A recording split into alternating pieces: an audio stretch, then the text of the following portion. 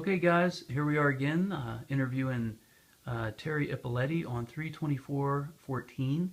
And our last segment, we talked about Nahara. We talked about the Kundalini experience that she went through. And so, um, I guess as this moves forward, we're just going to simply go through the process here of breaking through the that Kundalini experience. And would you say that it has to do with your chakra centers and I remember a point where you had been talking about an archangel almost like a plumber because they were using a snake in your chakras and flushing things out. That was quite interesting. That was probably one of the roughest parts of the Kundalini experience. Yes. And so maybe you could describe it a little bit. Like what were you going through? What did you feel on as far as like an energetic level, or did you physically have, was it confusing to you? I know a lot of patients come into me and they're like, I don't know what's going on with me, and I'll do lots of lab studies and x-rays and I can't find anything wrong with them, and so I have to look outside the box, so to speak, Yeah. because not everything that is physical, the patients that come into me. So can you give some kind of testimony in regards to this?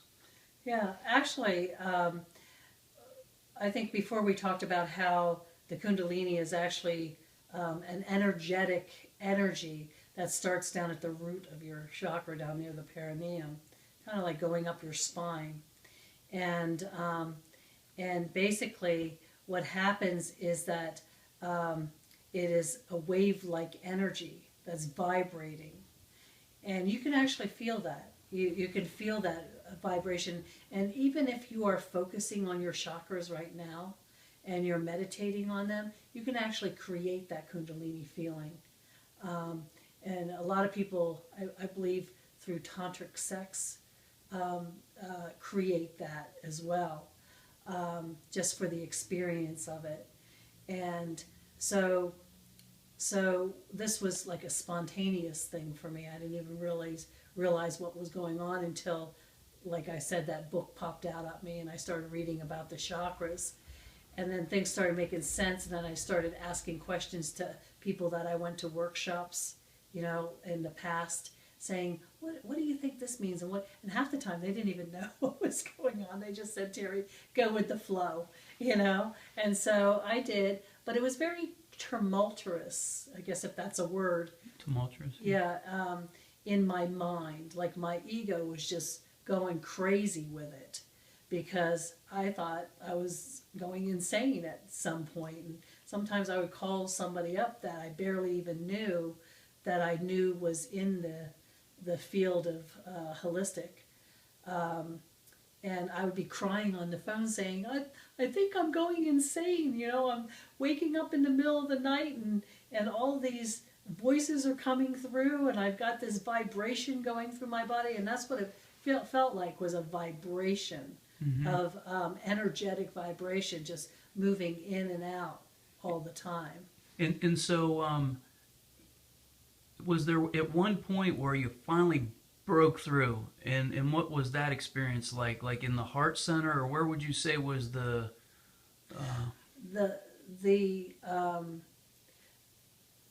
the breakthrough of accepting it, what was going on, was in the heart, after the heart chakra, because it was kind of like, I guess if you wanted to think that it was Archangel Michael, because it was a very strong angelic type of being that was saying, you have to go through this. And there was, even if I got resistant, it was kind of like a battle between me and this voice, this inner voice that was very strong. And it was going to win that battle. And then along with it was a soothing, like almost like the feminine and the masculine. Maybe it was the feminine and the masculine of me. You know what I'm saying? We could put it in different categories, whether it was myself, working out mental illness, or whether it was an archangel, these archangels that were coming in and helping me out. there's a movie actually called The American Angel.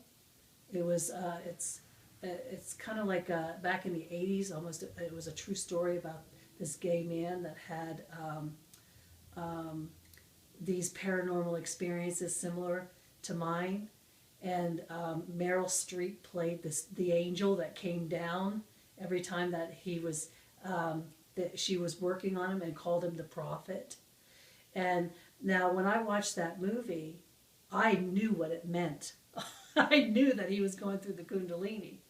And so, did you watch this movie before or after your experience? After my experience, because I got all excited about the movie. Mm-hmm. And that's what happens when you awaken like this, is that somehow this energetic energy pulls you or brings to you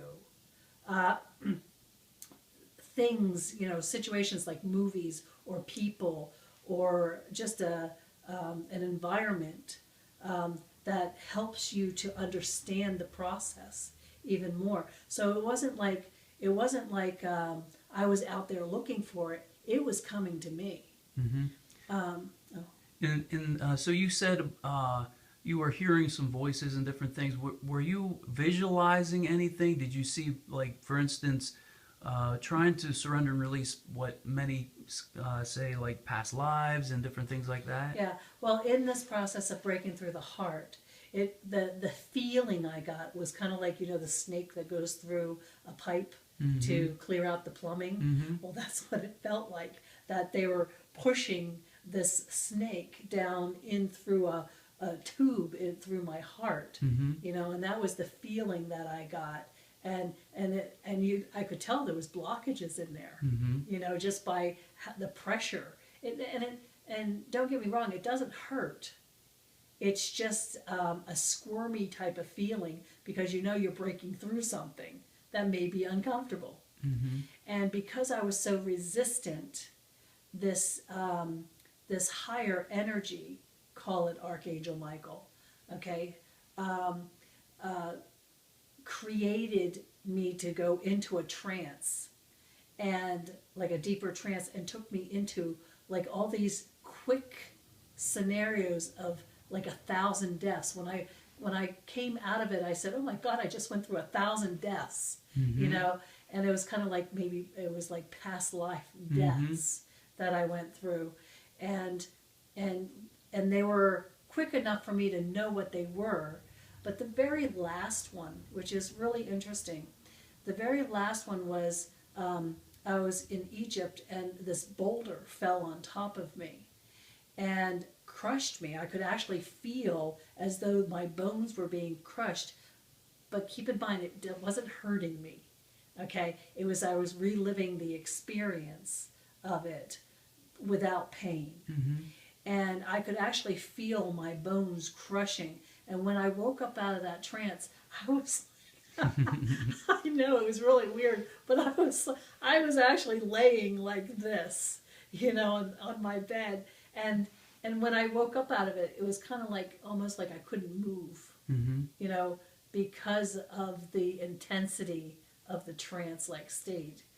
And but I knew exactly what happened. They were just cleansing out a lot of old energetic baggage. Mm-hmm. And so some people have the impression that through lifetime after lifetime you carry fragmentations of energy, that if you haven't surrendered and released them in a past life, you carry them forward with you in say, the present or future lifetimes. And so, do you have anything as far as a physical ailment that may have carried through from past lives? Yeah. When I was born with severe double scoliosis, and I was in Shriners Hospital for most of my tweens, on and off. I was kind of like little Miss Frankenette, walking around school with a big body cast from here to here, with my head straight up. And as each time they would be stretching my spine to try to get it as straight as possible.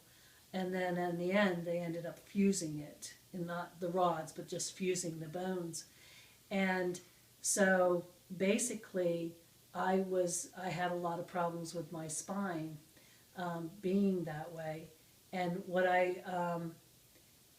not that I knew it then, but as I got older and started experiencing this, these experiences of awakening, I ran into a person here in this town, matter of fact, and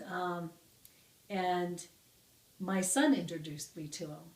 And as soon as I walked into the guy's house, he goes, "Oh my God, I know you. I know you from Egypt," because he was also an awakened being himself. And he goes, you were a slave, a lower slave. He was talking about the classes of slaves from Egypt that were working in for just building, making clay and stuff like that. And then he turned around and he said that I was like a lower slave to him, and that I was actually angry with him because of the way that he was treating me. And it was just interesting. It was kind of interesting just to have somebody tell you that, and to relate it to your spine. And he also said, without me saying anything about it, that that I was crushed by a stone. And so it put things together. And what's so interesting is that here again, this energetic information came to me. I didn't go looking for it.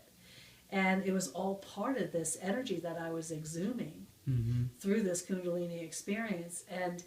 And so just that part alone kind of like awakens your senses and makes you wonder even more what is going on here.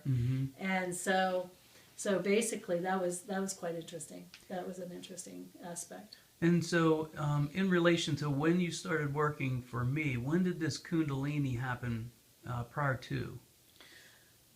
Okay, I started working for you in 2008, and this the Kundalini experience started in 2000. And Okay. And the thing is that I could say that I was still going through parts of the Kundalini, but the rapid Kundalini was just to awaken me.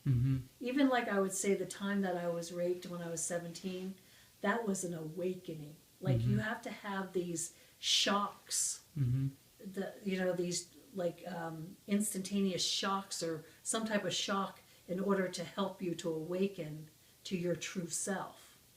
And so that was probably my second wave of shocking my system in order to awaken me and get rid of and for me to start remembering who I was. Okay. Does that make sense to you? Yeah, absolutely. Okay. And so we're at a little over 13 minutes here, so we're going to wrap this segment up. And in the next segment, we'll just carry on this discussion and try to be a little more cautious about the chronological order. And it's really difficult when there's so much information. So I apologize to the viewers, but we're going to cut this off now. And as always, love, light, and laughter.